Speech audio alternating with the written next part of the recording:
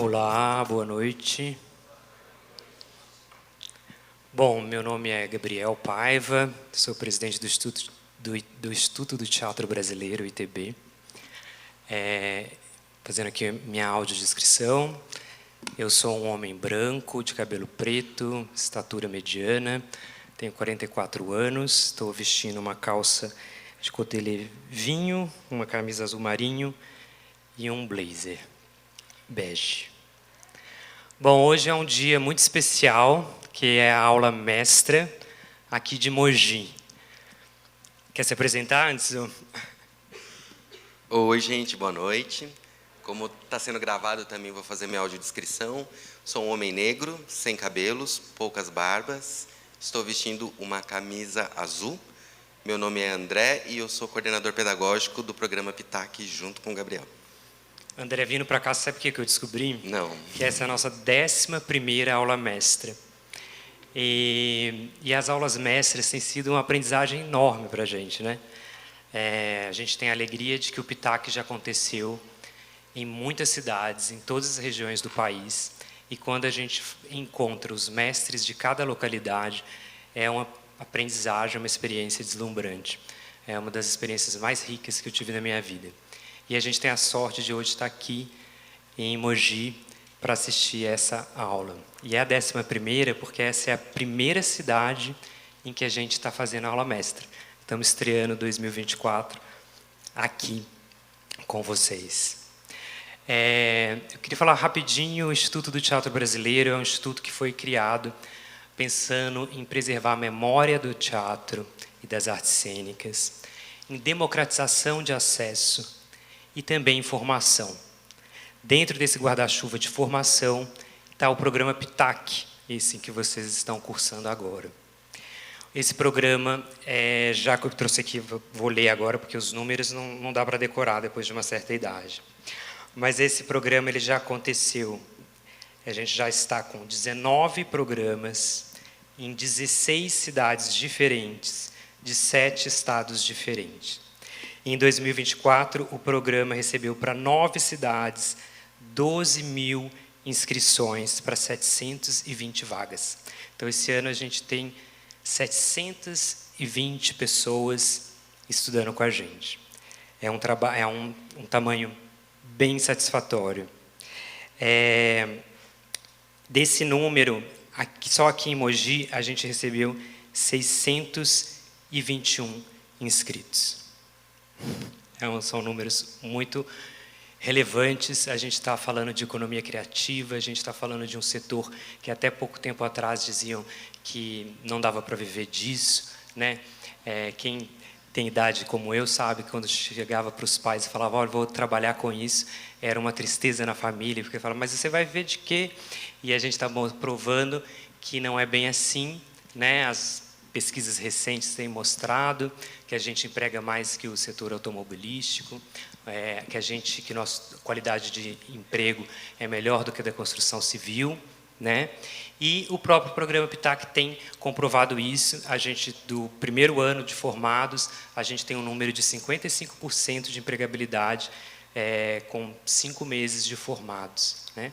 Então, primeira coisa, eu quero desejar muita sorte para vocês que estão começando, que vocês tenham uma experiência linda. A gente reservou, a gente está conseguindo promover para vocês encontros lindos como esse que vocês vão ter aqui hoje, mas também vocês vão passar por encontrar mais de 50 profissionais que vão ser os seus professores, que são pessoas que são referências naquelas disciplinas que elas vão ministrar para vocês. São referências na área, no dia a dia, no mercado, né?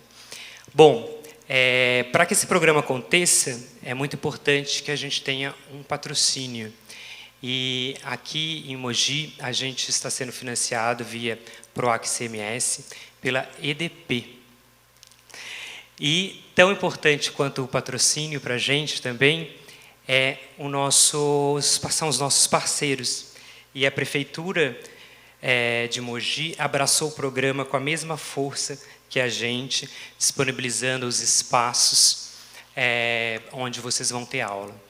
Quanto mais espaço, melhor para a aprendizagem. Por quê? porque esses espaços, se vocês vão passar por eles, vocês vão aprender coisas diferentes em cada um deles, né? Quanto mais um técnico circula, maior é a sua aprendizagem, né?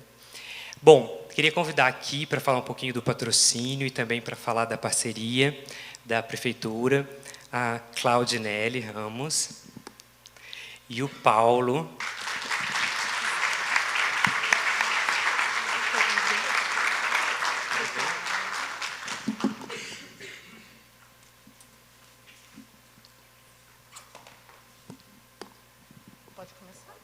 Boa noite.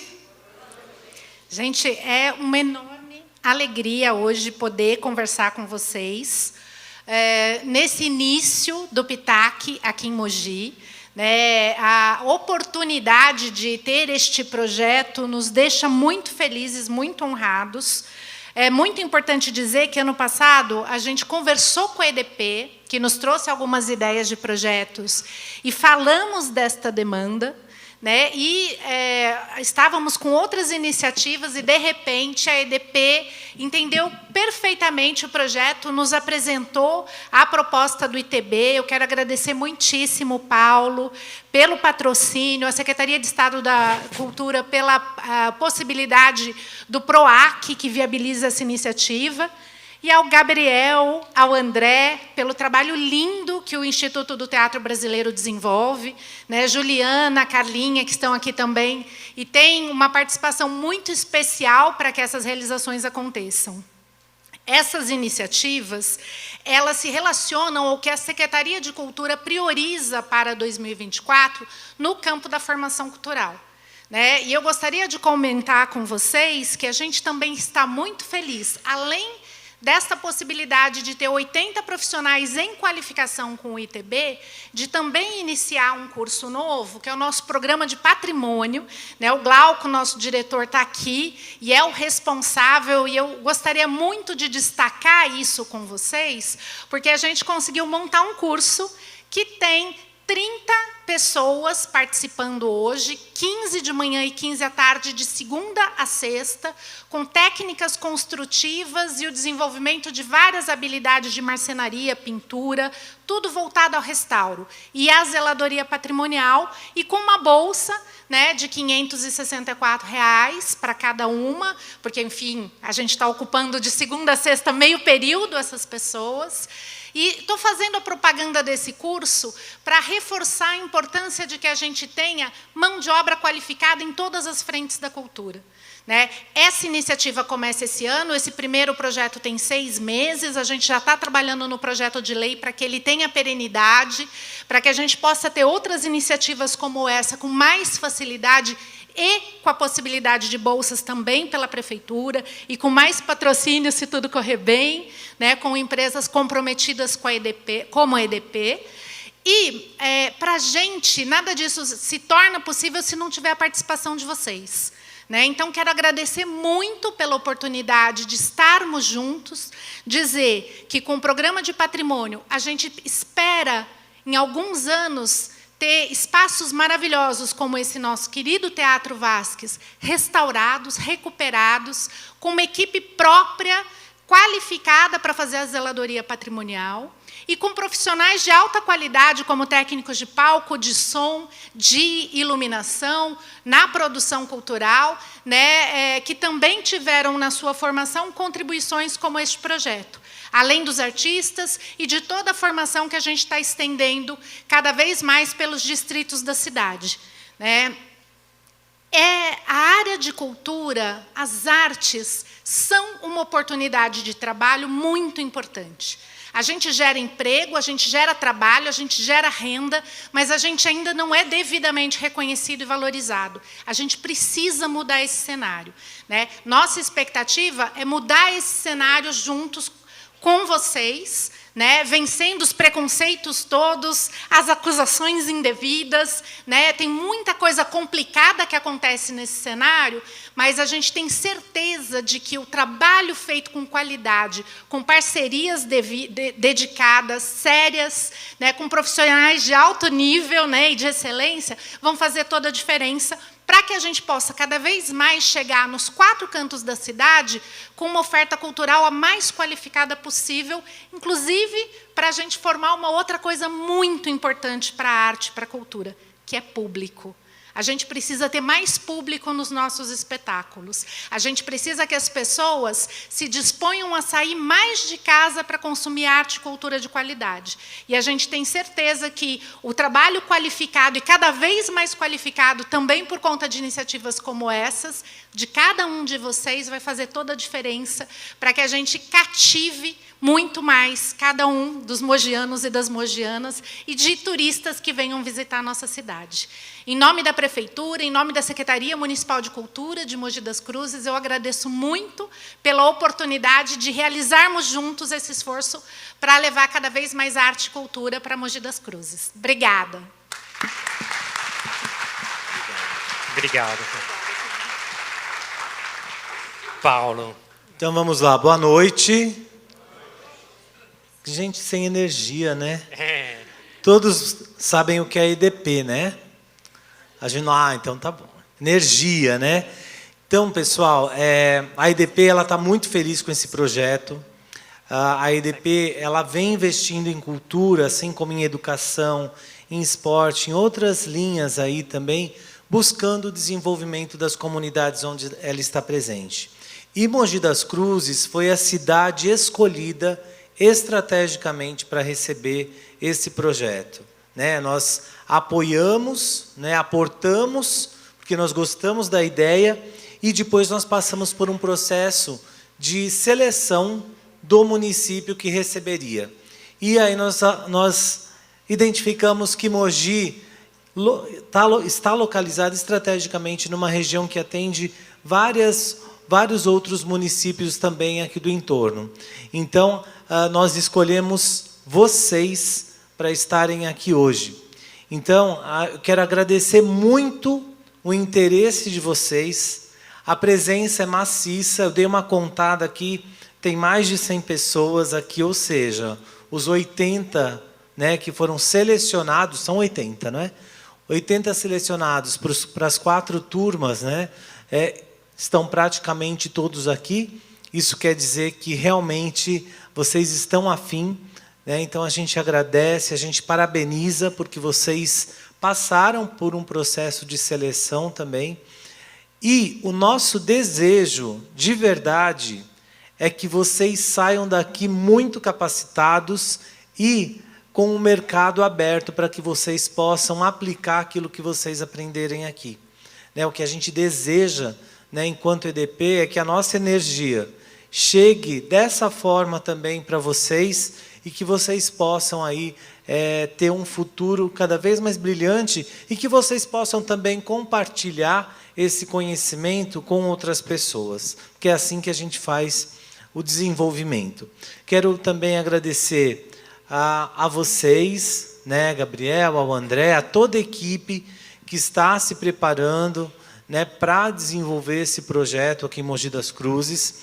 Agradecer também à Prefeitura de Mogi das Cruzes, que abriu espaço para nós trazermos esse projeto para cá, né, e dizer que nós estamos aí também à disposição, né, que a gente possa amanhã patrocinar um projeto, um espetáculo teatral, que vocês sejam os operadores de luz, de áudio, um produtor cultural, né, e fazer a cultura acontecer aqui em todo o nosso São Paulo, tá bom? Obrigado a todos. A gente vai se ver no final dessa jornada. Espero todos lá. Obrigado. Você fica um pouquinho.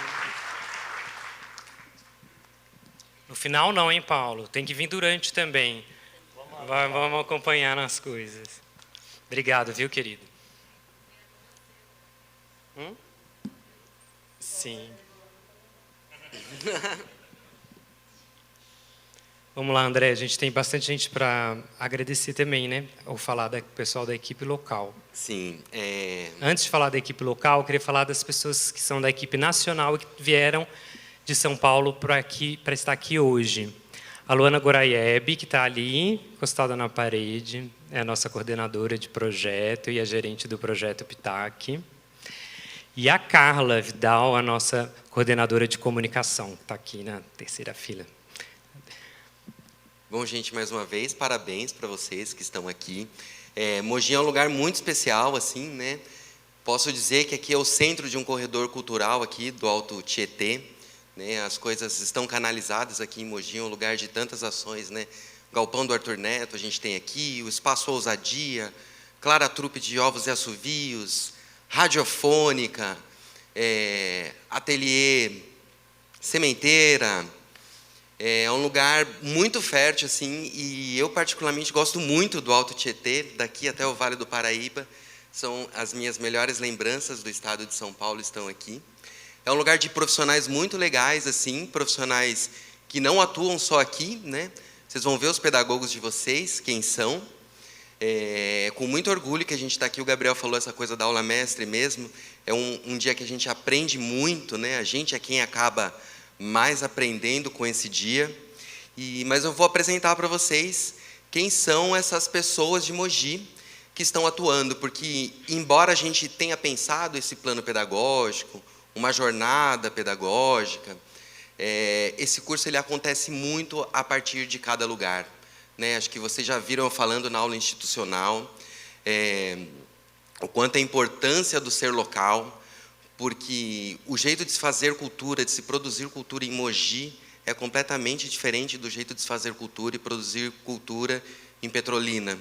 Então, a gente tem essas pessoas que são as locais, que entendem quais são os espaços. Aliás, eu queria agradecer mais uma vez à Prefeitura, porque eu acho que vocês vão passar por quase todos os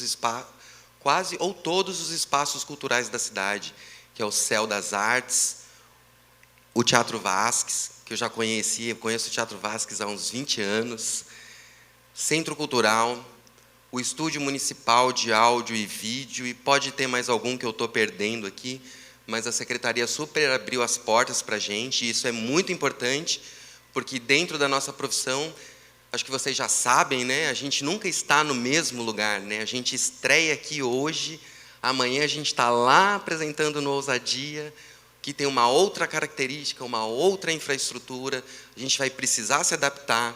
Então, vocês terem no percurso pedagógico de vocês, passarem por vários espaços, vai possibilitar vocês a entender como funciona essa dinâmica na vida real.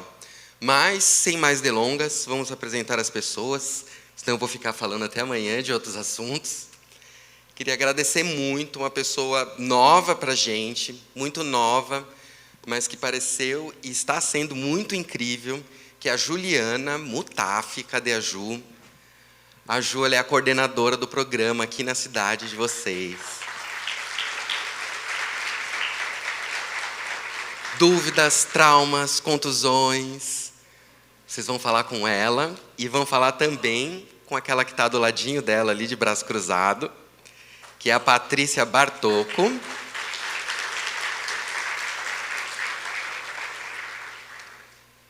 Aí eu vou passar agora para os pedagogos.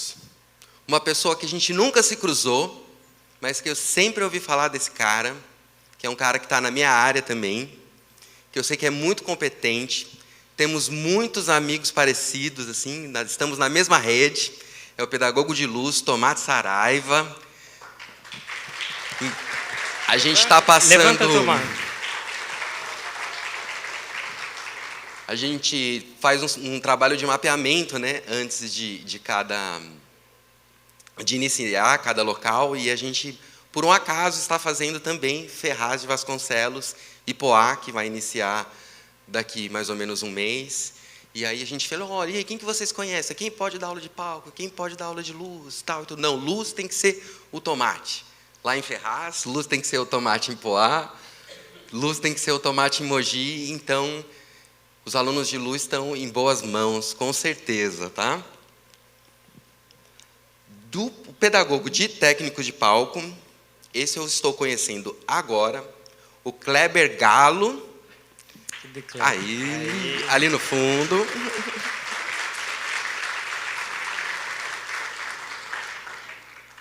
De produção, Suan Prado, minha xará de sobrenome.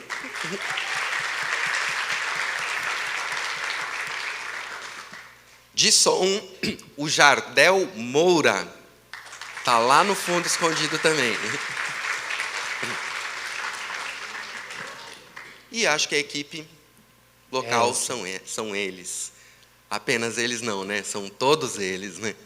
Só te corrigindo. Claro. A aula que você falou foi o aulão de boas-vindas. A aula institucional é a que a gente vai dar amanhã para vocês, tá?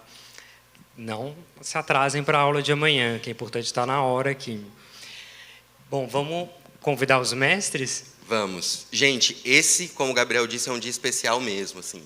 Essa aula mestra, nós poderíamos ter chamado quaisquer mestres por aí, que a gente vê nos livros, vê na televisão, vê na internet. Muitos são os mestres que são intitulados por aí. Mas, para a gente, o importante é a gente perceber que dentro do nosso território, às vezes no bairro vizinho, esses mestres existem e que eles são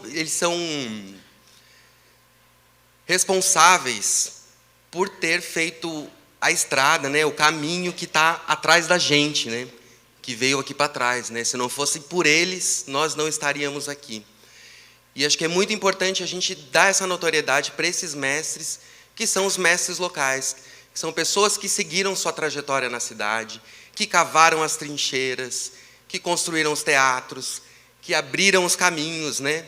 Então, hoje é um dia para a gente se inspirar. Eles vieram aqui falar para a gente da trajetória deles, né? Como que foi a trajetória deles, um pouco que eles acharem mais relevante de falar sobre isso. Então, eu vou começar por ela, que é mulher.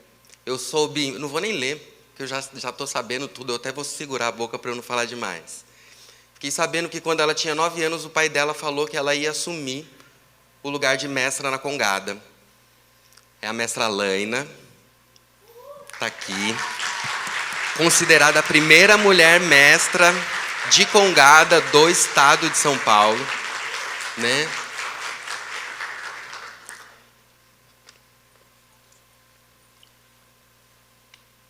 Queria chamar também a Valéria Graziano, que é uma professora, doutora, jornalista, estudiosa.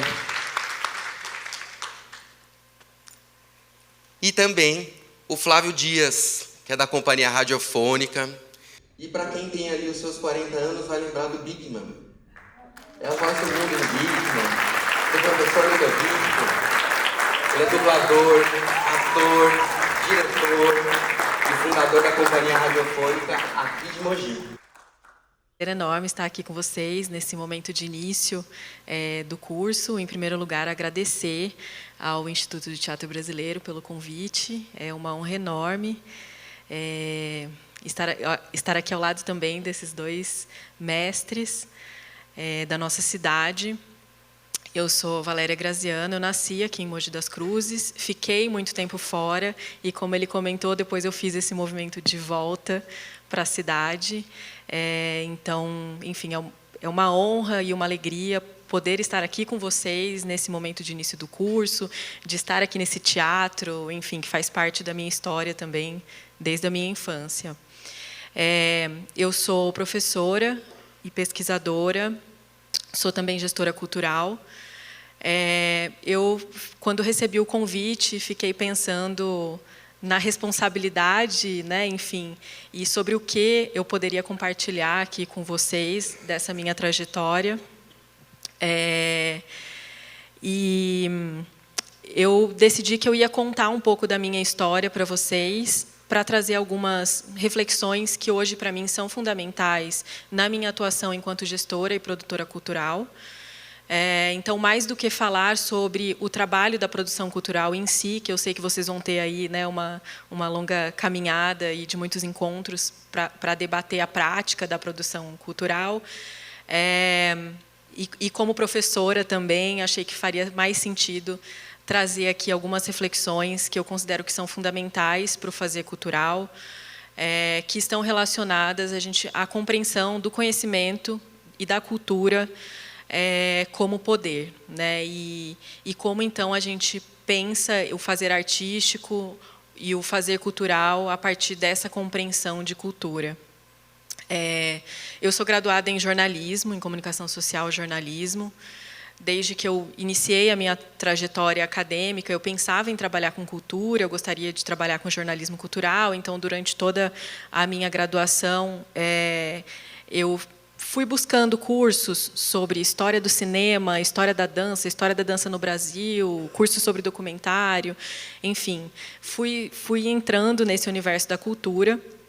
Mas ainda durante o curso, eu escrevendo matérias para o Jornal Laboratório da universidade, eu descobri um outro campo de debate sobre migrações internacionais, sobre refúgio, e isso me levou a querer atuar com jornalismo internacional. Então, eu deixei a cultura ali um pouquinho de lado, mas depois eu entendi que não, e é um pouco sobre isso também que eu vou falar aqui.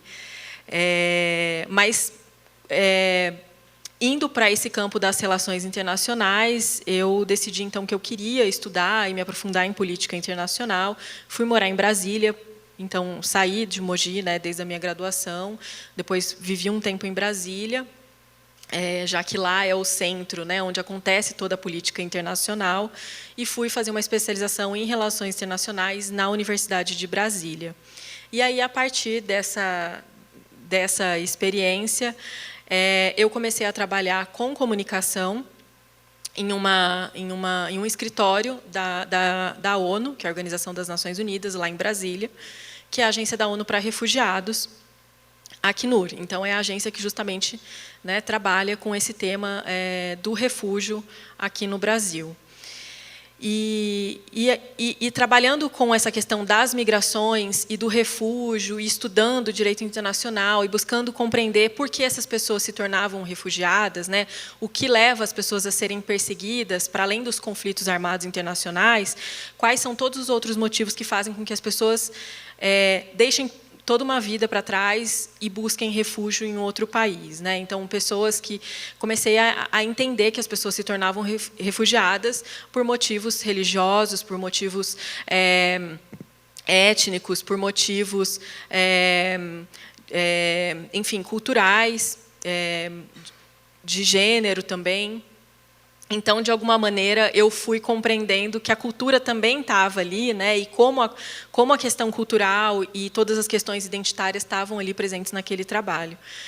E me interessei muito por esse assunto, por estudar identidades, que é o meu tema de pesquisa ainda hoje. Eu estudo identidades culturais. Depois disso, eu recebi um convite para trabalhar no Ministério da Cultura, onde eu fiquei durante 5 anos trabalhando na área internacional do Ministério da Cultura. Então, ali eu tive a oportunidade de mergulhar no universo das políticas culturais, de estudar as políticas culturais, mas também de entender o que são as políticas culturais na prática. Nesse período, na área internacional do Ministério da Cultura, eu coordenei a atuação do Ministério da Cultura nos processos de integração regional. Então, por exemplo, no âmbito do Mercosul, que é o Mercado Comum do Sul, que é um grupo que reúne países aqui da América do Sul nas mais distintas áreas, e eu atuava na área da cultura, mas também nos fóruns internacionais, por exemplo, vinculados à ONU, como a Unesco, que é a Organização das Nações Unidas para a Educação, Cultura e Ciência. Então, durante esses 5 anos, eu mergulhei nesse campo das políticas culturais. Eu não pensava em trabalhar com gestão e produção cultural. Até então, era um universo muito distante, assim, que enfim, eu não imaginava que seria um caminho, né? Mas foi um período muito rico. Então, eu fiquei 7 anos em Brasília. Lá também eu fiz mestrado em desenvolvimento e cooperação internacional, então ainda muito voltado para a área internacional, mas também estudando identidades culturais. E, nesse mestrado, eu comecei a estudar como a construção das identidades nacionais, ou seja, da nossa identidade enquanto brasileiro, enfim, né, como esse processo de construção das identidades ele está baseado no apagamento, na destruição, como ele está baseado na violência toda uma diversidade de culturas, de línguas, de etnias dentro dos territórios desses países. E aí eu decidi que eu queria continuar estudando, que ia seguir a vida acadêmica, voltei para São Paulo e fui fazer um segundo mestrado em estudos culturais na USP.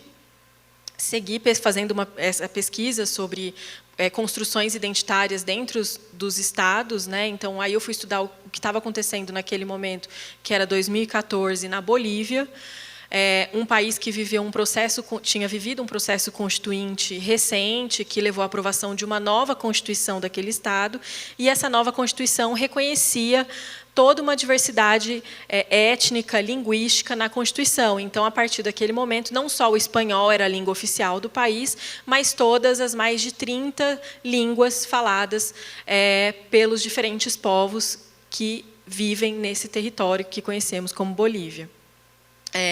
Isso me levou, então, a uma vida acadêmica. Durante 7 anos, eu fui professora aqui na Universidade de Mogi das Cruzes, UMC, na área de Relações Internacionais e também de Comunicação Social, mas sempre trazendo essas questões culturais e identitárias, tanto para a sala de aula, para pensar esse conteúdo na sala de aula, quem são os autores que estudamos, né? Quanto em todos os eventos, enfim, atividades organizadas dentro da universidade. E nesse momento também eu comecei a me aproximar desse campo da produção cultural. Hoje eu tenho uma agência cultural chamada Entre Mundos, e por meio dessa agência, hoje eu faço a gestão de carreira artística de uma cantora, compositora chamada Açucena, que é uma cantora que está dentro desse, enfim, campo da nova MPB. Tem sido uma experiência muito desafiadora e muito rica também. Desde 2001 atuo na gestão de carreira dessa cantora. Essa aproximação com esse universo da produção cultural me levou também a começar a pensar projetos culturais. Então, além da gestão da carreira da Açucena, e da produção também, né, relacionada a essa carreira dela, eu tenho desenvolvido projetos culturais voltados para os editais e outras políticas de fomento às políticas culturais. Então, um caminho assim, né, que não é uma linha reta, que nunca né? Então, acho que esse é um primeiro ponto, assim, da gente estar aberto também às possibilidades e aos caminhos que vão surgindo nessa trajetória. E aí eu fiquei pensando sobre como essa minha trajetória, que por muito tempo me gerou muita ansiedade, insegurança, né? Enfim, muitas mudanças ao longo do caminho, mas hoje eu entendo também como esse caminho tão diverso foi fundamental. Então, eu ter começado, né, trabalhando com as políticas culturais no campo internacional, até chegar na produção cultural, e hoje pensar também a questão dos territórios, né, da produção de cultura a partir dos territórios, como isso tudo tem sido fundamental na minha forma de pensar e de fazer, né, de trabalhar com produção cultural. Hoje eu faço doutorado na Universidade de Salamanca, que fica na Espanha, em Ciências Sociais, e eu pesquiso um movimento que se chama Cultura Viva Comunitária, um movimento latino-americano que reúne grupos, redes, coletivos artísticos e culturais de toda a América Latina. É um movimento que hoje tem uma força muito grande, que nasceu inspirado em uma política pública brasileira, que é o programa que criou os pontos de cultura aqui no Brasil, né, o Cultura Viva. Inclusive, esse movimento regional também tem esse nome, né, Cultura Viva Comunitária. E nessa minha pesquisa, então, mais atual, do doutorado, eu tenho buscado compreender justamente como essa articulação internacional, regional, desses grupos, movimentos, redes, tem sido fundamentais no sentido de fortalecer esses grupos na luta por direitos culturais, e também tem propiciado intercâmbios culturais, a criação de projetos culturais a partir dessa rede. Eu não sei como eu estou aqui de tempo, já me perdi, qualquer coisa. Então, e aí eu fiquei pensando assim sobre como nessa semana, né, com o convite, sobre como toda essa minha trajetória me faz pensar o primeiro ponto assim que eu acho fundamental, né, que é o debate sobre o que é cultura, do que estamos falando quando falamos de cultura. É um debate muito amplo, muito complexo, mas o que eu trago assim que eu gostaria de propor e destacar aqui como reflexão é a compreensão de que a cultura ela não existe separada da economia, da política e de todas as outras questões sociais, né? Essa compreensão de que a cultura ela para além do nosso fazer artístico, né, ela é a base de todas as relações de poder, ela é a base de toda a nossa construção enquanto sociedade. Então, essa compreensão da cultura como poder e também do poder como cultura é algo que eu trago sempre quando eu vou pensar o desenvolvimento de um projeto cultural. E o que isso quer dizer na prática, né? Então, por exemplo, no meu estudo das relações internacionais e da integração regional latino-americana, o que eu percebi é que, a partir dos anos 2000, principalmente com a chegada de diversos governos considerados progressistas, né, nos países da região, muitos países viveram processos de fortalecimento institucional da cultura. Então, com a criação de ministérios da cultura, em muitos países onde ainda não existia um Ministério da Cultura, a aprovação de políticas públicas na área da cultura, inclusive aqui no Brasil. Então, um fortalecimento institucional da cultura é muito importante. Mas, apesar disso, a cultura ela continuou, ou as políticas culturais, né, nesse sentido, continuaram muito isoladas institucionalmente de outras áreas fundamentais, como projetos transversais de governo que trabalham com questões sociais, com questões de direitos humanos. Então, como falar sobre garantia de direitos humanos se não falamos sobre direitos culturais? Como falar sobre diversidade cultural, que é um conceito que está tão na moda, né, que é tão usado no discurso por autoridades políticas, pela iniciativa privada também, mas, na prática, esses mesmos atores aprovam outros tipos de projetos que resultam em violências contra povos indígenas, contra povos quilombolas, contra camponeses. Então, enquanto a gente viveu um processo de fortalecimento das políticas culturais, tanto aqui no Brasil quanto na América do Sul, e de institucionalização dessa cultura, ao mesmo tempo, a violência contra os povos indígenas aumentaram muito em toda a região, e aqui no Brasil de maneira particular nos últimos anos. E aí a gente tem relatórios de organizações internacionais de direitos humanos que abordam esse aumento da violência contra esses povos. Então, quando a gente fala de povos indígenas, a gente está falando também sobre direitos culturais.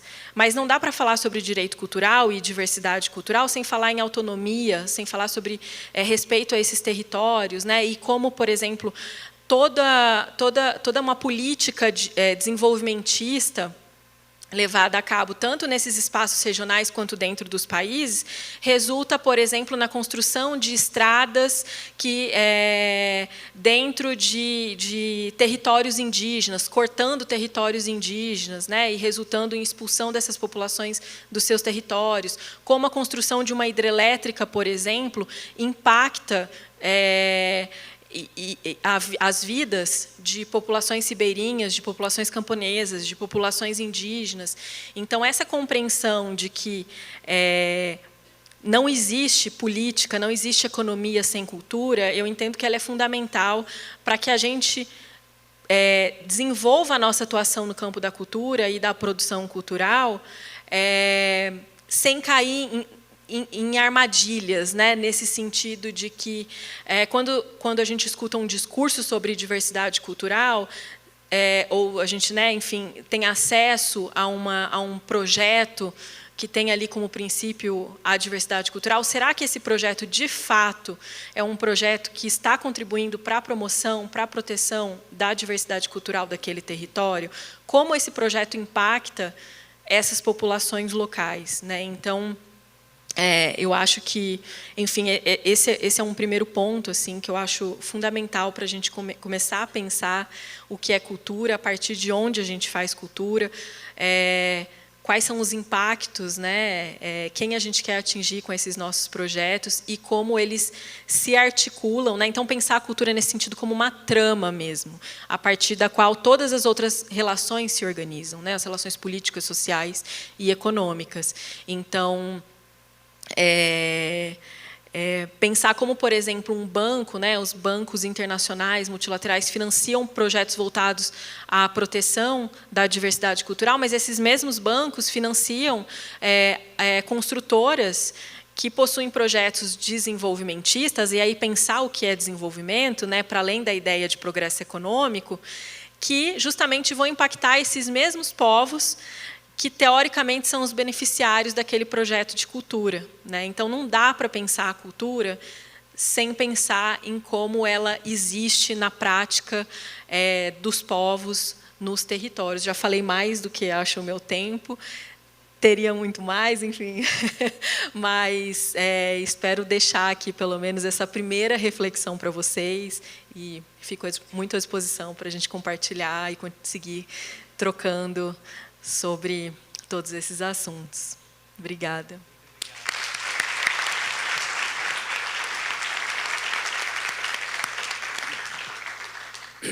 Boa noite. Eu tenho a honra de estar aqui entre duas mestras de tanta vivência. Queria agradecer o pessoal do PETAC, o André e o Gabriel, basicamente. E queria pedir um aplauso para a nossa leitora de Libras. Tadinha, ela está sofrendo.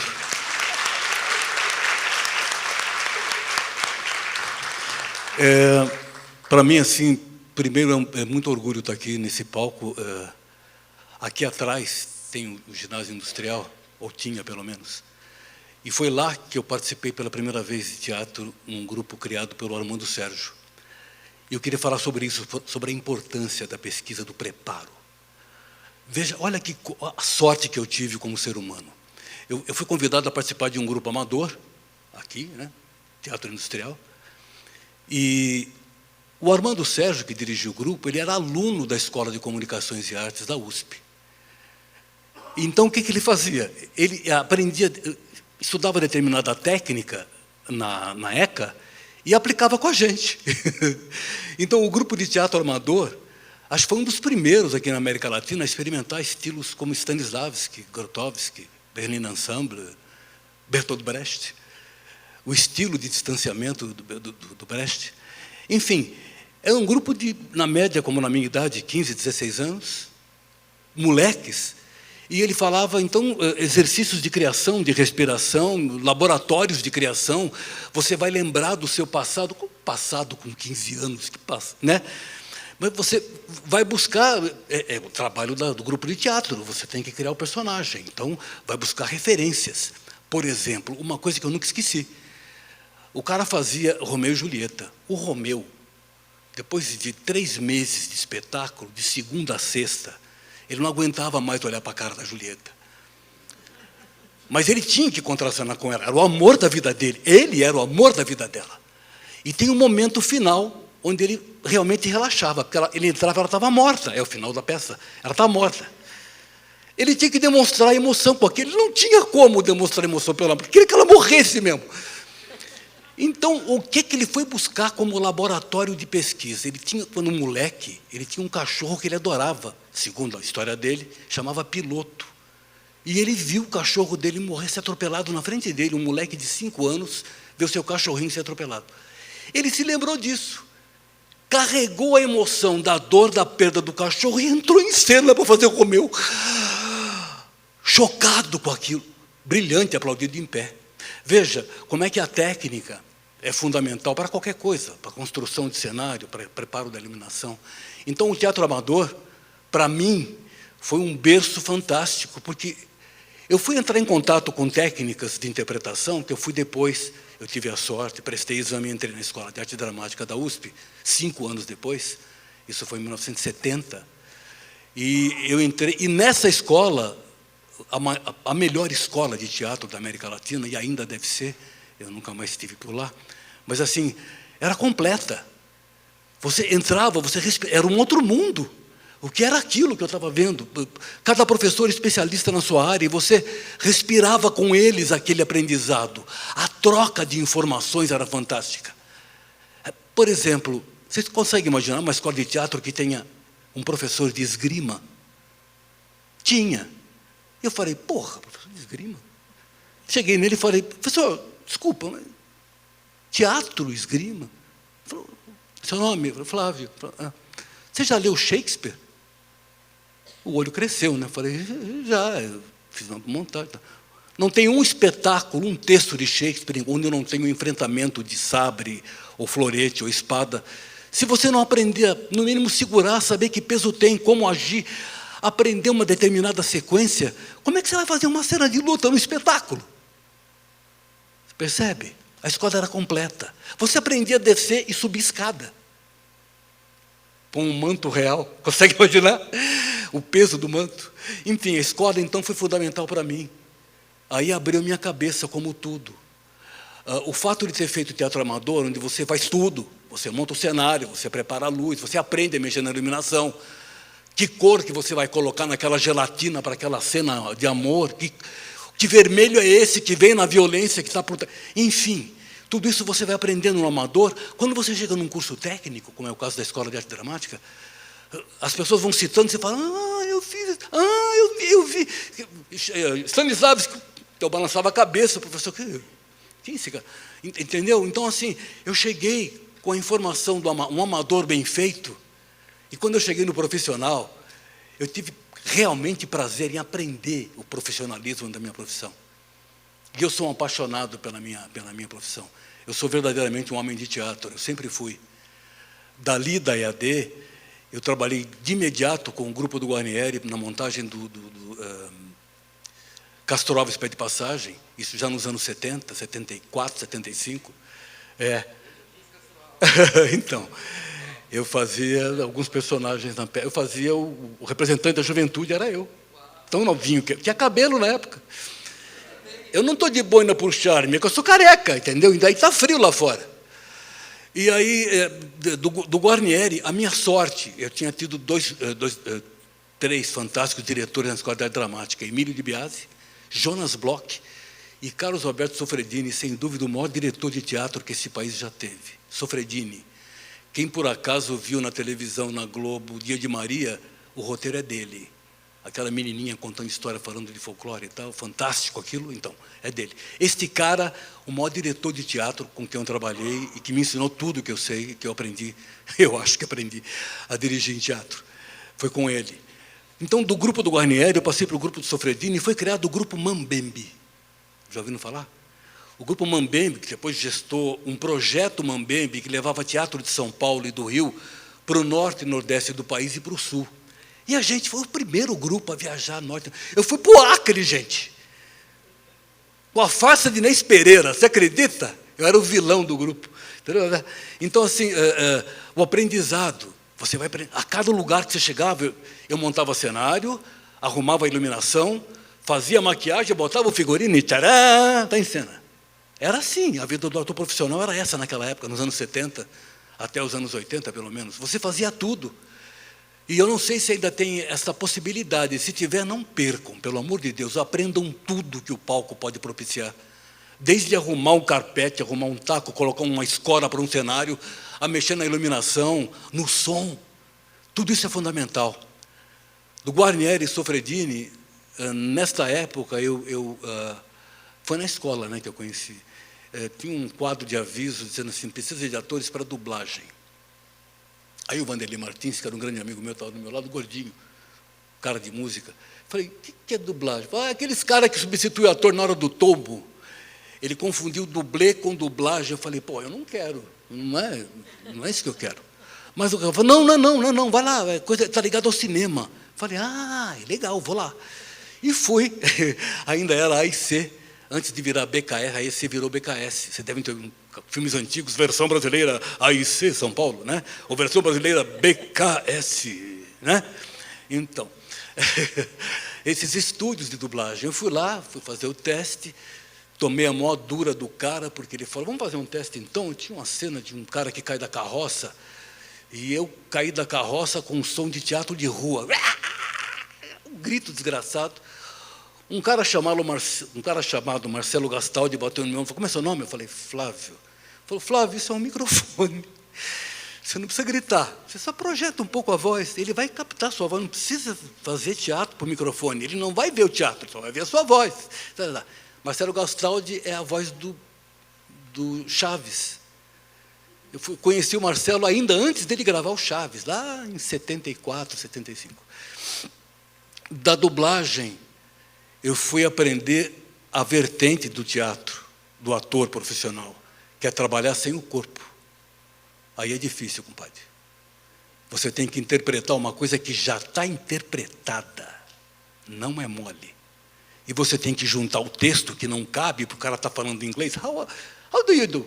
Por exemplo, né? What's up, duck? Pergunta em inglês. Se você fala em português, o que é velhinho? Como é que você vai botar o que é velhinho no What's up, duck? Não tem. Você tem que correr para poder caber. Então, você aprende o sincronismo, aprende a técnica da dublagem, é sincronismo. Sem o estofo da interpretação, você não vai conseguir. Então, se alguém aqui, por acaso, quiser seguir carreira em dublagem, faça um bom curso de teatro, porque a interpretação é fundamental. Leitura dramática é 90% da dublagem, o resto é sincronismo. E hoje em dia, com o Pro Tools, meu caro, você nem precisa se preocupar. O cara puxa a tua frase para trás, leva para frente e encaixa direitinho onde não encaixou. Entendeu? Então, eu fico até puto com os caras quando eles falam assim, puxa 2, avança 4. Porra, pede para fazer de novo, cara. Aí, vai estar na minha cara falando que eu errei, puxa 2, avança 4, enfim. Bom, eu acho que eu falei demais, mas devo ter estragado a infância de muita gente aqui. Em dublagem, eu comecei... A minha primeira série, por incrível que pareça, era um helicóptero, Águia de Fogo, onde eu estrelei, o cara chamava Stringfellow Rock. Ele pilotava, eu fazia a voz de galã, tá vendo? Não, nada. Mas aí, meu prazer foi fazer desenho. E pintaram 48 desenhos da Hanna-Barbera para serem redublados. Alguns atores tinham morrido, outros não estavam mais dublando. E eu herdei, por exemplo, tinha uma dupla que chamava Bibo Pai e Bob Filho. Eu fazia o filho. Meu pequenino e valoroso pai. Era eu. Né? Aí tinha... Não vale. Vocês não aplaudiram as histórias dela. Não vale, brincadeira. Isso é sobre desenho animado. Lembra do Zé Colmeia? Um catatão era eu, igual do Zé Colmeia. O catatão era eu. Catatão. E aquele que virou chiclete? Ei, pegar que coisa mais desagradável, nós vamos pegar o cabão e bater na cabeça de los bandidos. Era o Babalu, amiguinho do Pepe Legal. E aí começou a pintar, veio ainda os Ursinhos Carinhosos, que eu fazia, fazia uma dupla. Eu fazia o Valente, numa homenagem, o Leãozinho, numa homenagem ao Chico Borges, eu vou fazer, uma homenagem ao Chico Borges, que fazia o Leão da Montanha. Lembra do Leão da Montanha? Saída pela direita, né? Então, e eu fiz o Leãozinho em homenagem a ele. Então eu falava, então, meus caros ursinhos, vamos fugir, porque o coração gelado está a caminho. Eu virei carioca, você imagina? Vamos fugir. Vem aí, o coração gelado está no nosso encalço. Eu tinha que acariocar, era uma homenagem ao Chico Borges. E o outro personagem eu adorava fazer, que era o malvado. Ai, como eu sou mal! Era um bonequinho que apanhava a beça de uma outra menina que tinha lá, que gritava com ele e tal. E eu adorava fazer, porque ele só apanhava, só com os ursinhos, ele fez aí, que não sei o que, era uma coisa gritada assim. Aí veio uma série, aí houve uma invasão brasileira da cultura japonesa. E eu fui estudar de novo, porque eu não sabia nada. Aí o Gilberto Baroli, que dirigiu a primeira grande série, que foi Cavaleiros do Zodíaco, ele falou assim para mim, eu era diretor já na época, ele falou, Flavinho, imagina, um velho desse aqui, todo mundo me chamando de Flavinho até hoje. Flavinho, eu separei um personagem para você. Eu falei, mas eu não tenho tempo. Era na Gota Mágica, era o estúdio que chamava. falei, mas eu não tenho tempo, Baralho. Você vai lá, pega a moto e vai lá e grava. Uma vez por semana você grava tudo. É coisa pouca. Eu estou correndo, né? A moça da Libra deve estar sofrendo. Desculpa. Aí ele me deu o Poseidon para fazer. Quero uma voz mais aqui, né? Estamos todos no encalço da possibilidade. Quem sabe um dia conseguiremos vencer. Ele era o Julian Solo. E ele me explicou, o Julian Solo é um carinha, 17, 18 anos e tal, que vai virar o grande mestre dos mares. Eu falei, mas e aí? Eu não conheço. Vai ler, velho. Lá fui eu ler mangá para entender a história, saber o que é. E tinha um tal de uma paixão com ceia, que eu não sabia se era menino ou se era menina. E aí veio uma brincadeira entre nós, a dublagem, morra a ceia. Foi muito engraçado isso. Todo mundo queria que a ceia morresse para o outro ficar feliz. Bom, com o advento da cultura japonesa, veio também os caça-fantasmas, que foi muito legal fazer. Eu faço o Ray dos caça-fantasmas. Aliás, o último filme foi lançado agora há pouco tempo, eu fiquei muito emocionado de ver o Dan Aykroyd velhinho. Está velhinho que nem eu. E aí falei, vou mandar um recado, né? Você ainda está usando a minha voz. Mas de tudo isso, assim, o que mais me deu retorno foi um programa da TV Cultura chamado O Mundo de Bickman. Eu tive o prazer de conhecer o Paul Zalum, que veio ao Brasil e mandaram me avisar que ele queria falar comigo. Eu levei o meu filho, está aqui o Arthur, está aqui na frente. Fomos lá, aqui na Vila Mariana, encontrar com ele num colégio enorme que estava lá.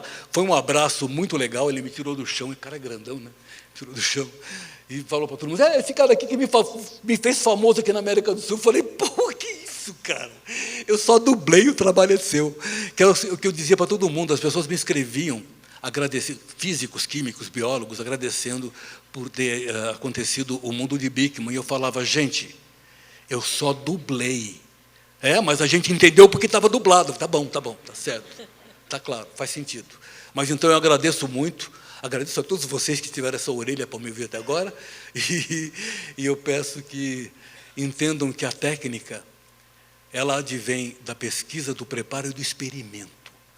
Não adianta alguém falar para você que se você botar o dedo dá choque. Se você não tomar um choque, você não vai saber o que é. Não é por isso que você vai meter o dedo na tomada, mas se acontecer, você vai saber que é possível.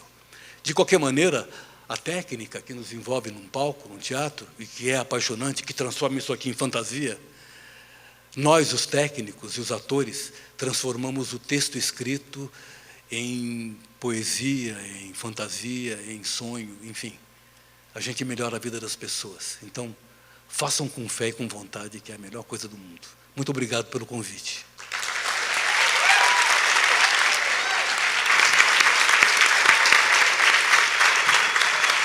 Posso só falar uma coisinha? Se por acaso vocês me flagraram fazendo caretas, é que eu estou com muita dor. Eu estou com rompimento nos meus 2 tendões dos pés, então, enquanto elas falavam, eu estava aqui, ai meu Deus, eu não vou aguentar. Mas deu certo. Muito obrigado. Eu que agradeço muitíssimo. Não falei com vocês que ia ser muito legal. Bom, a gente tem alguns minutinhos para a gente poder fazer pergunta, bater papo com eles, então vamos aproveitar. Quem quiser, levanta a mão. Eu vou. Nossa, eles falaram tanto de coisa que dá vontade de comentar, mas eu vou deixar para amanhã. Alguém quer falar? Só levantar a mão, vou seguir uma ordem aqui, tá? Você fala seu nome e sua pergunta. Boa noite, me chamo William e a minha pergunta é para a mestre. Primeiramente, quero agradecer o seu tempo que você deu aqui para nós e parabenizar por você ser essa mulher guerreira e forte pela história que você contou para todos nós. E a pergunta que eu queria fazer para você é sobre o seu grupo daqui de Mogi. Tem como fazer visitação para conhecer conhecer mais sobre essa origem africana e tudo mais? Sim, a Congada de Santa Efigênia, ela não tem um lugar assim que a gente possa, vamos dizer assim, a gente ensaia na sede, e essa sede é a minha moradia, né? Mas logicamente que a mestre Lânia aqui, ela está lutando, tentando arrumar um território maior, aonde que a gente possa fazer os nossos eventos para poder arrecadar verbas para a gente dar manter a nossa tradição, né? E a sede ela fica no Jardim Santa Teresa, na Rua José Mário Calandra, número 71. A gente se encontra em 15 dias, e lá a gente faz os nossos ensaios, é lá que a gente faz o nosso festejo, né? Quando a gente não recebe convite para outros lugares, igual agora, mês de maio e mês de junho, a Congada de Santa Efigênia ela está com a agenda bem lotada, que a gente vai saindo para outros lugares em festejos religiosos, como São Benedito, Festa de Reinados de Congo. E chegando o mês de setembro, vai ter a grande festa, que é a festa de Santa Efigênia, que também é uma vitória para a Mestre Laine, que eu resgatei essa festa quando meu pai levantava o mastro de São João, na época de junho, e aí eu falei, não vou levantar de São João, vou levantar um mastro de Santa Efigênia. E lá a gente recebe grupos de maracatus, recebemos moçambiques, recebemos outras congadas de outros lugares, recebemos daqui de Mogi, mas também vem de Cotia, vem grupo de Itaquera, lá na nossa sede. E aí eu convido todos vocês desde já, para no mês de setembro, dia 22 de setembro, estar lá prestigiando a nossa festa. E você que fez a pergunta também, sempre nas nossas redes sociais a gente deixa os nossos ensaios, aonde que hoje a Congada de Santa Efigênia ela vem com muitos jovens, né? Ela está recebendo bastante jovens, que até então, só um tempinho, tá? Rapidinho. Até então, eu sempre falo de uma pessoa que entrou no meu grupo, ele não sabia rezar um Pai Nosso, ele não sabia rezar uma Ave Maria, e as condições da vida dele financeira não era tão boa, né? Nem com o pai, nem com a mãe, não tinha uma vida boa. E, a partir do momento que ele entrou na minha congada, ele estava com seus 12 anos para 13 anos, e teria condições de seguir um caminho errado, né? Ele teria todas as condições de ir para outro mundo, para ir a outros lugares que, se ele fosse hoje, com certeza não estaria entre nós. Não, ele entrou no meio da congada e eu mostrei para ele a fé. Eu ensinei para ele a rezar, eu mostrei para ele o que é a Nossa Senhora Aparecida, que ele também não sabia. Mostrei para ele, a sua fé é sempre maior. Acredita no nosso Deus, que Ele é maior e Ele tem o poder. E hoje esse garoto aí, ele se tornou, perdeu o pai, perdeu a mãe, e ele se tornou um dançarino de hip-hop, faz entrevista, que é o Rafael Luiz. Esse Rafael aí, ele, com a graça de Deus, e sempre ele agradece também a Congada. Hoje, onde que ele sempre está agradecendo a Congada por a gente mostrar para ele o caminho certo, o caminho da fé, né? E aí fica todos convidados, e entre nas redes sociais da Congada de Santa Efigênia, que lá a gente deixa todos os nossos festejos, e também recebendo outras pessoas que querem entrar na Congada e que querem um pouquinho aprofundar mais sobre o fundamento da Congada de Santa Efigênia. Respondido? Muito obrigado.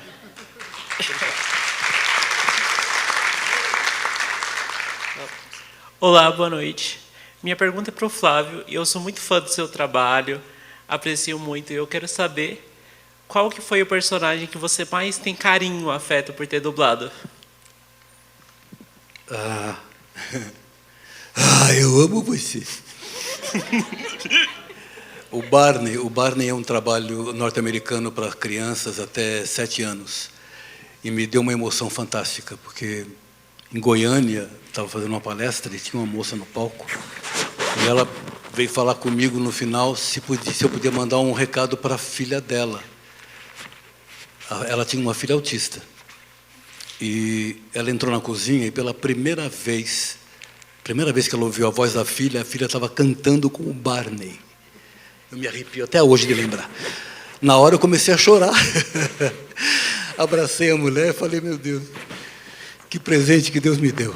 Então tá, o Barney, carinho, não só por essa história, mas por muitas outras histórias. Foram 8 anos de série, 4 longa-metragens, muita coisa. Eu posso aproveitar a sua pergunta e falar uma coisa que eu esqueci de avisar? Eu não falei... Oi? Tem outras, né? Eu fazia o Patolino, sujeitinho desprezível. Tem muita voz aqui guardada, que vai encher o saco de vocês. Mas, assim, é só um recado, é rapidinho. Eu não falei da Radiofônica, que é o grupo de teatro que eu criei há 35 anos aqui em Mogi. E a primeira montagem da Radiofônica foi a história de uma rádio de Mogi chamada Rádio Marabá. Foi muito legal, foi uma pesquisa linda, e a gente conta a história de 2 dias da Rádio Marabá, de sexta e sábado. Uma sexta-feira santa e um sábado, para provar que na sexta-feira santa não podia tocar música, só músicas clássicas. E aí no sábado arregaçava com tudo quanto era rock, né? Mas eu queria falar da Radiofônica pelo seguinte: a gente, na evolução, chegamos agora na internet e a gente tem radionovelas no ar. Agora, a última são as aventuras de Shirley Ock, uma brincadeira com Sherlock. É a Shirley Ock, é a moça que estreia dia 5 de julho no YouTube e no Spotify. O projeto é do Profac e do canal Final Boss Geek. Tem muita coisa a ver com as aventuras de Tintim. Vários atores de dublagem, alguns famosos, participam nas vozes da radionovela. Se vocês ouvirem Além da História, que é muito legal, vocês vão reconhecer lá o Márcio Seixas, que é a voz do Batman, né? O Nelson Machado, vários atores, a Cecília Lemes, que faz a Chiquinha, e o Guilherme Marques, que tem uma voz de galã muito conhecida. Então, a Radiofônica foi uma criação minha e da Valesca, o Arthur era o neném, nasceu nela, e hoje toca a Radiofônica praticamente sozinho, porque eu não tenho mais condição. Estou afastado do palco. Então, para eu não sair do trabalho, eu estou fazendo vozes agora. Não tem outro jeito. Desculpe tomar o tempo. Eu respondi? Então tá bom.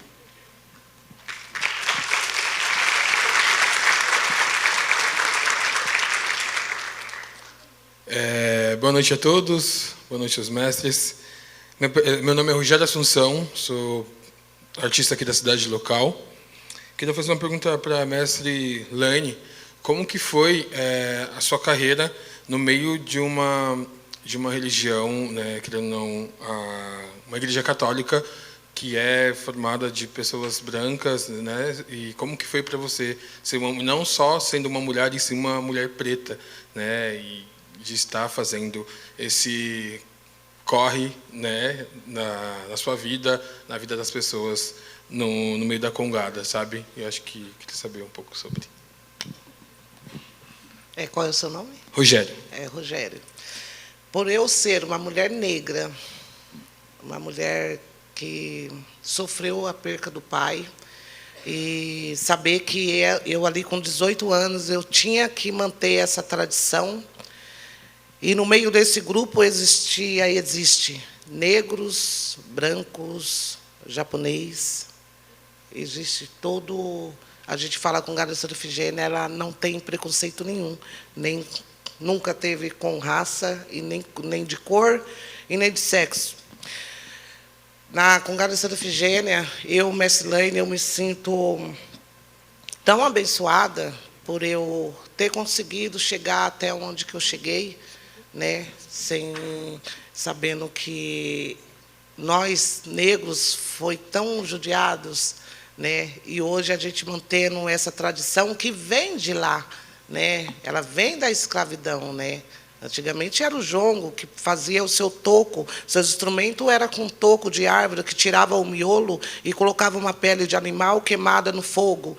E ali, na hora de que eles apanhavam, eles tinham que ir lá para a senzala e ficava lá tocando a sua musiquinha, né, em forma de reza, em forma de louvor, né. E hoje a congada, né, essa cultura tradicional aí, ela é tão forte que hoje a gente faz a mesma coisa. Não judiados, hoje não mais judiados, né? Hoje, sim, somos vencedores por manter essa tradição e dar continuidade, seja no meio da gente, seja o branco ou seja o negro, ou seja o lésbicos, ou seja o gay, ou seja o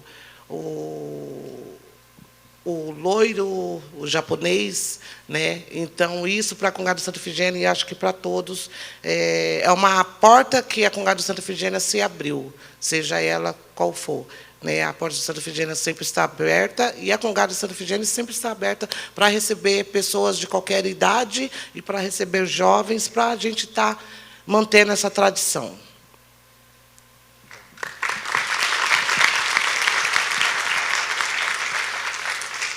Primeiramente, boa noite, me chamo Renato. A minha pergunta não é bem uma pergunta, mas uma tietagem para o Flávio. Há 25 anos atrás, a gente se encontrou aqui nesse mesmo teatro, onde a gente conversou na saída. Não estou cobrando lembrança, porque minha lembrança também não lembra de muita coisa. Mas a gente conversou na saída e eu lhe questionei qual seria o caminho que eu deveria seguir para ser dublador como você. Não deu certo. Só falando isso, tá? Segui uma profissão completamente diferente, a área da saúde e tudo mais. E aí, depois de quase 20 anos de formado, agora eu estou voltando para as artes, né? Então, é um retorno, e um retorno muito feliz de te reencontrar aqui, né? E que me deixa cheio de esperança. Quem sabe dessa vez o caminho vai. Como foi dito, que todos os caminhos que vão sendo trilhados, eles vão fazendo o zigue-zague deles, né? Eu espero muito que sejam bons sinais, né? E que dessa vez eu chegue até lá. Quem sabe, né? Vamos ver. Eu gostaria de agradecer muito e falar que minha esposa te odeia. Porque a gente assiste muito History e toda vez que aparece tua voz lá, eu falo de você para ela e ela já não aguenta mais. Só isso. Obrigado.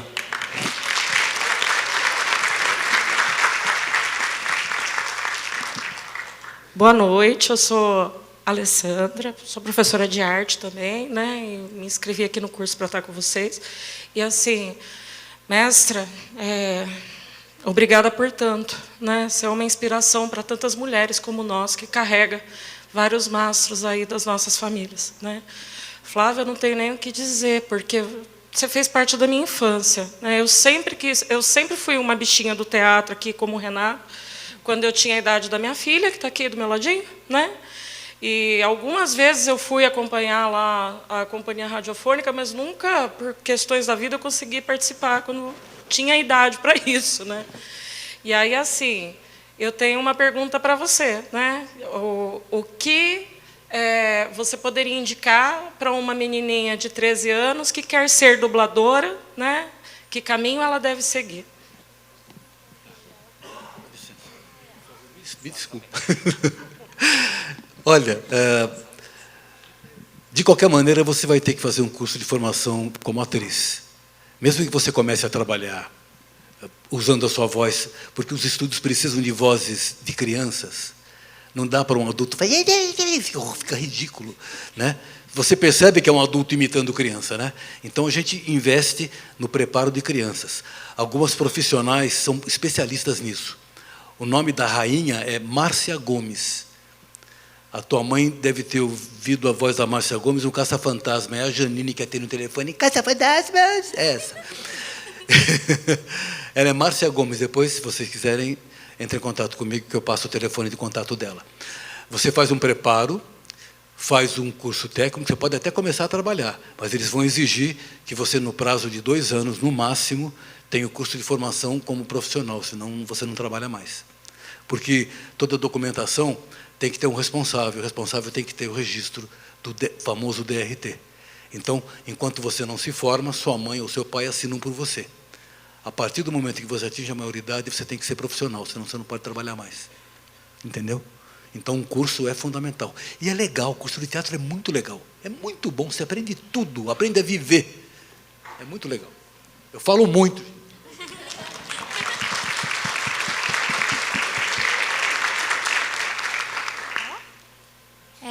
Oi, tudo bom? Eu sou a Jade. E também vamos dizer assim, que eu estou tentando entrar no cinema, porque eu quero ser diretora de animação, eu quero fazer desenhos para que você duble.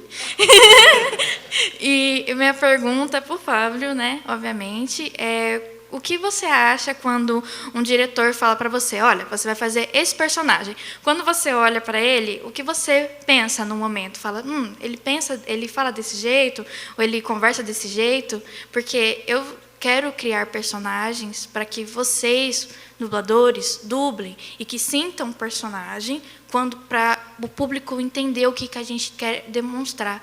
Então, eu quero muito ter que você fale para mim como é que você pensa como um dublador. Obrigada. Eu não estou roubando a cena das duas aqui, pelo amor de Deus. Pelo amor de Deus. Olha, claro que, no caso da dublagem, como eu expliquei, a dificuldade está que a obra está pronta. Ela já foi escrita e foi interpretada. Então, o Brad Pitt já está fazendo o personagem dele lá. Eu só vou ter que colocar ele falando em português. Esse é o meu trabalho. Agora, o roteiro é outra área, meu amor. É escrita, é literatura, é preparo. Se você não encorpa um personagem, ele vai ficar qualquer coisa. Eu boto qualquer voz nele, ele entra e sai. Vou te dar um exemplo. O estereótipo. Family Guy. Family Guy é um desenho para adulto. Entre os personagens tem um pirata, que ele não tem pernas nem braços, são pedaços de madeira. Ele não existe. Quem dubla ele sou eu. Pela cara dele, eu achava que ele tinha uma voz muito arranhada, porque devia ter fumado muito quando era criança, e se queimou inteiro. Aí eu faço uma voz, o que você quer? Uma voz assim para ele. Então o ator em dublagem, adapta a voz. Primeiro ele se baseia no original. Se o original está normal, o que tem de prêmio para a dublagem brasileira é por isso. As vozes vinham pelos atores falando em inglês, simplesmente. Aí o ator brasileiro vai lá e cria em cima. Ei, o que é? Como é que é? Ele brinca com o Batatinha. O Batatinha do Manda-Chuva, eu fui abençoado. E ele só porque ele tinha uma trava na língua. Ô, Batatinha, por que você... Aí ficou, percebe? Eu achava que a voz exprimida cabia no gatinho. Fiz o teste, a diretora falou, pô, tá tudo brilhante, faz assim, os caras vão gostar. E gostavam. A voz a voz de personagens, vários personagens são premiados internacionalmente pela criação brasileira, não pelo original.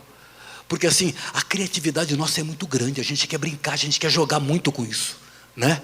Então, assim, se você quer que o seu personagem tenha uma voz perto daquilo que você imagina, você tem que dar corpo a ele. Ele tem que ter uma estrutura, então, pô, esse cara aqui esse é fera, esse aqui, pô, esse não dá para brincar com ele. Vamos fazer uma coisa legal nele, vamos, né? O que você acha dessa voz aqui para ele? Escuta, como é que você vai... A gente vai brincar com a voz até encaixar por personagem. É o diretor em trabalho com o ator que fala, não, essa voz é boa. Olha, não vai gostar. Ou então, a gente manda um teste para o criador da obra em 3 vozes distintas e ele escolhe. Ele vai achar aquilo que é mais adequado. Então, não dá para definir assim como é que você faria, entendeu? Mesmo que você faça para mim, pode ser que o dono do produto fale, não, a voz do Flávio não, muito usada já, põe outra. Entendeu? Então, assim, encorpe bem o seu personagem. É aí que você vai receber o prêmio do valor da voz. Tá?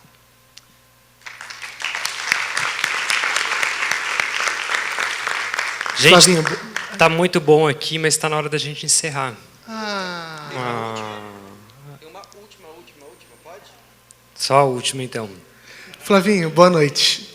Eu descobri agora que você foi dublador do Barney. E a criança interna que existe em mim, que eu sou muito fã, eu queria muito, por favor, te pedir para você cantar só um trechinho da música dele, por favor.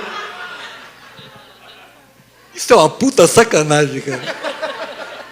Eu ficava puto, em cada cidade que eu chegava, cantar, puta, não dá. Eu chegava a dançar. Aí a plateia rachava o bico, fazia a voz. Tem um detalhe que eu vou te contar, então, um segredinho do Barney. No original, quando ele anda, não tem som. Eu é que achei esquisito que ele andava e a boca abria, porque é um boneco. Aí eu falei, não, eu vou encher essa porra, não dá outra. Então, quando ele anda, fica assim, isso é meu. Fui eu que coloquei no boneco, não tinha. Eu te amo, você me ama, somos uma família feliz. Com um forte abraço e um beijo te direi, meu carinho é pra você. Eu amo você.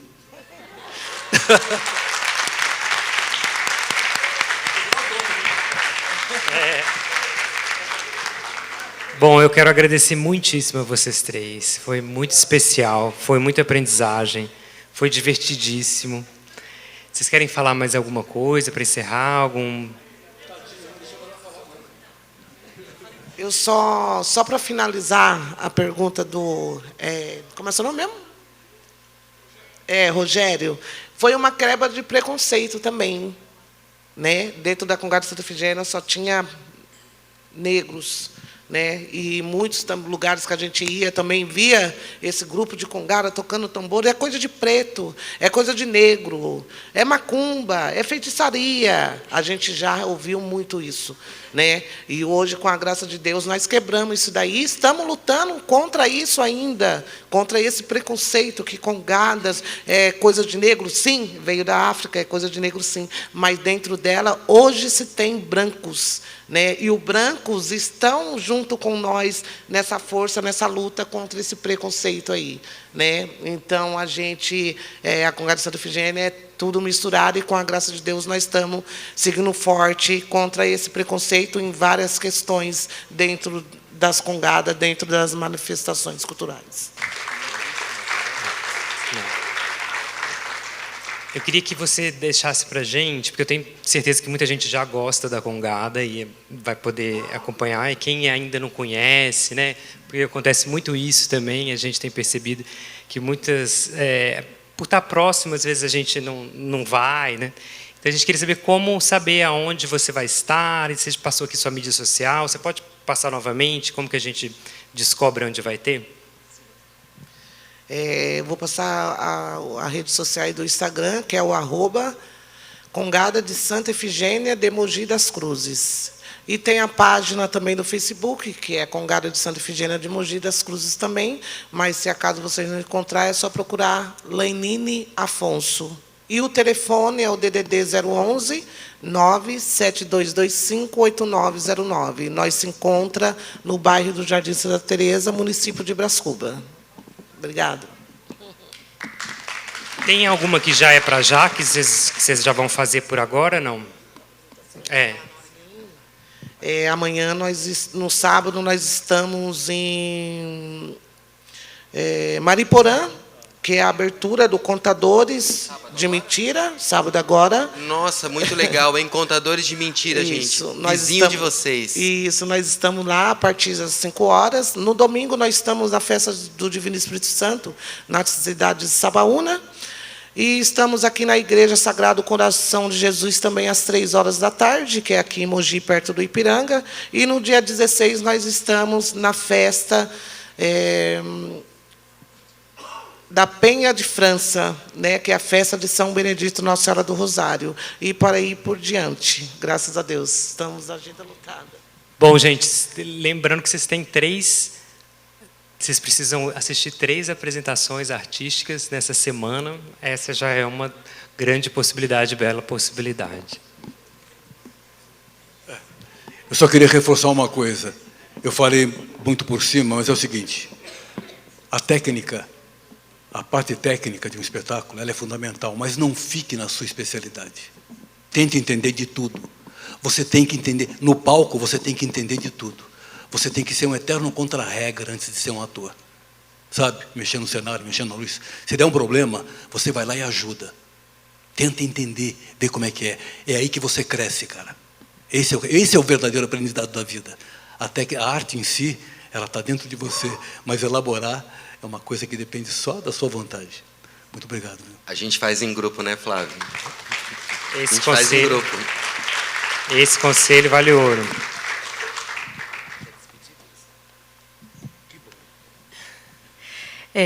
Eu ia finalizar com algo que vai muito no sentido do que o Flávio estava falando, sobre, independente de qual formação que vocês vão iniciar aqui, né, como técnico de iluminação, de som, de palco, produção,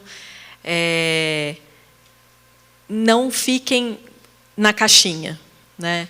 O bom técnico, o bom produtor, é aquele que está o tempo todo refletindo sobre o seu fazer e se abrindo, né, para outros conhecimentos. Então, mergulhar no universo da cultura, das artes, né, enfim, mergulhar nos projetos para os quais vocês forem convidados para trabalhar, porque é claro que um técnico a técnica, né, ela é fundamental, mas o que você escolhe, por exemplo, iluminar ou esconder, né, não tem só técnica aí, tem muito conhecimento, né?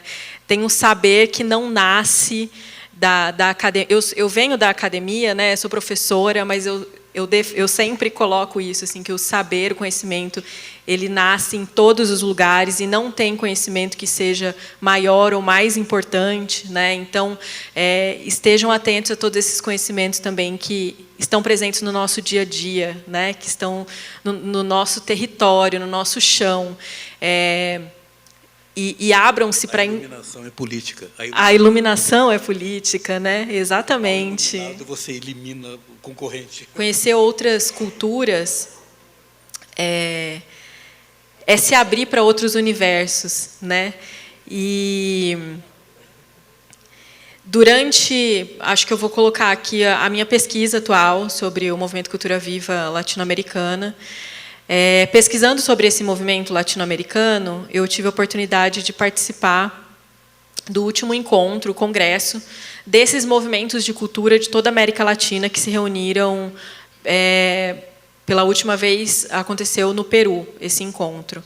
Então, lá, em Lima, que é a capital do Peru, mas também em outras cidades da região, esses movimentos se reuniram para discutir, pensar a cultura desde do território, né? Então ali tinha grupos indígenas, quilombolas, grupos de Cuba, de outras ilhas do Caribe, do sul da América do Sul, né? Então para mim foi uma experiência muito rica nesse sentido de encontros de cultura.